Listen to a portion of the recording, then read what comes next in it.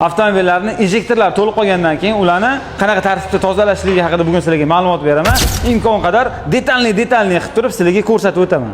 Buning uchun o'zini maxsus suyuqliklarda tozalash shart. Har xil narsalar bilan tozalashni maslahat bermaymiz. Birinchi bo'lib maxsus suyuqligimizni ultrazvuk degan apparatimiz bor. O'shanga birinchi quyib olamiz. Injektorni maxsus apparatda simiga ulaymiz. Bunga qo'yib turib injektorni ultrazvukda qaynatib yaxshilab tozalayveradi. Yoqtirib polni tozalab olamiz. Undan keyin ichidan maxsus karibda ichki qismini ham bitta quyib tozalab chiqamiz. Bu ham ustidan ham ichidan toza bo'ladi degani.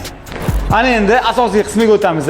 Bu injektorlarni tozalab olganimizdan keyin maxsus apparatga ustunovka qilamiz va o'zini maxsus suyuqligi bilan buni qanaqa tartibda sifotganini tekshiramiz.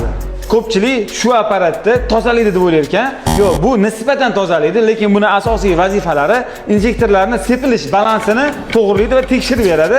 Bu uskunada Libboy avtomobilni tozalasa bo'ladi, faqat Tracker Malibu emas, hamma avtomobilni cho'tki qilib tozalasa bo'ladi. Buni afzalliklari ham vaqtingizni tejaladi, ham ish sifatli bo'ladi. Mana injektorlarni tozalash ketma-ketligini ham bilib oldinglar. Agar sizlarga ham ushbu xizmatlarimiz kerak bo'lsa, ekranda nomerlar qoldirib qo'yaman. Bemalol murojaat qilishingiz mumkin.